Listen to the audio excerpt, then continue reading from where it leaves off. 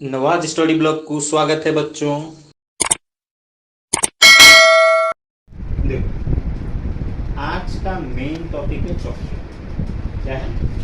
चौकी। सबसे पहला चीज हमने जानेंगे, चौकी में हमने देखेंगे तो देखने के साथ कोई सा भी चीज हमको जब विजिबल होता है हमने वो चीज को देखेंगे। क्या? रिमोट को। अब देखो, समझ लो, मैं ये रिमोट को देखता हूँ, मैं किसा के ये रिमोट को देखता हूँ ना। सबसे पहला क्या होता ना, कुछ लाइट रहता है, वो चाहे बॉल से आया रहे या फिर कहीं से भी आया रहे, उसमें क्या होता है ना, पहले पड़ता है, पढ़ने के बाद यहाँ से रिफ्लेक्ट होके मेरे आँख में पड़ता है, यहाँ पर पड़ता है, मेरे आँख में पड़ता है, तभी मुझे ये रिमोट पूरा बेहतरीन तरीके से देखने को मिलता है। बात समझ में?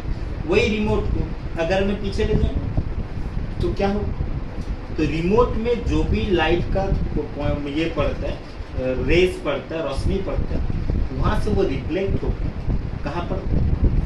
मेरे बैक साइड में पड़ता है। क्या वो रिफ्लेक्टेड रोशनी मेरे आँख में पड़ी? नहीं, मेरे आँख में पड़ी नहीं। अगर वो रिफ्लेक्टेड रोशनी मेरे आँख में पड़ता तो मुझे वो रिमोट अच्छे तरीके से नजर आता। बात समझ में?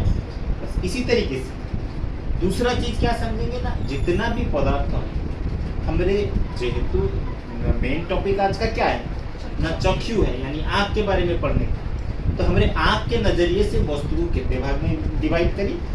दो भाग में। कितने भाग में डिवाइड करी बच्चे? दो भाग में डिवाइड करी। पहला है दीप्तिमान और एक है दीप्तिहीन। दीप्तिमान और फिर दीप्तिहीन। दीप्तिमानों का मतलब क्या है? दीप्तिहीनों का मतलब, दीप्तिमानों मतलब जिसका अपना पर्सनल लाइट है, जो पढ़ने की वजह से हमको दिखने को मिलता है। यानी रिमोट का अभी का क्या फिलहाल इसका पर्सनल लाइट कुछ है? नहीं है। नहीं, तो ये है दीप्तिहीनों।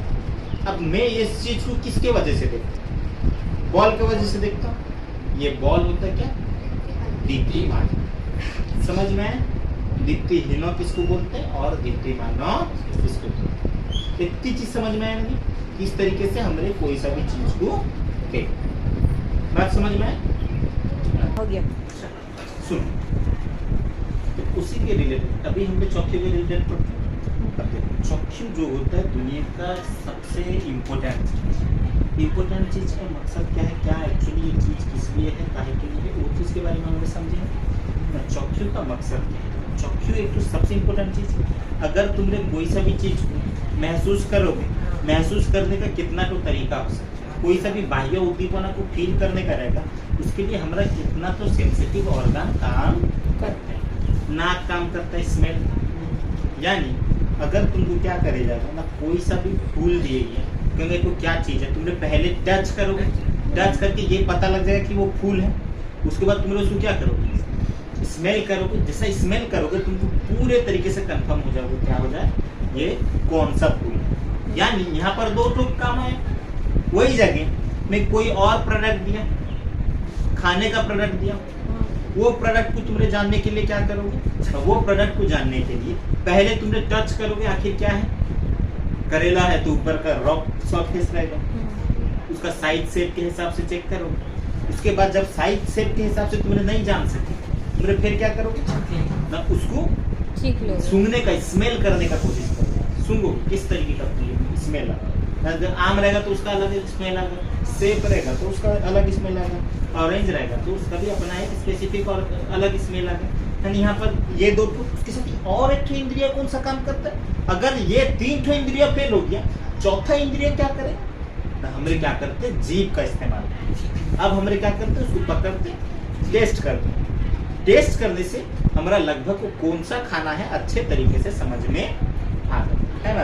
आग बंद कर लो, कोई सा चीज छुओ नहीं, कोई एक आगा तुमने मुंह में रसगुल्ला दे, समझ सकोगे कि नहीं वो रसगुल्ला है।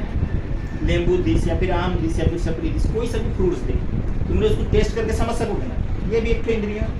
लेकिन कोई सा भी इंद्रियों काम दे नहीं, आँख एक सबसे महत्वपूर्ण ऑर्गन है।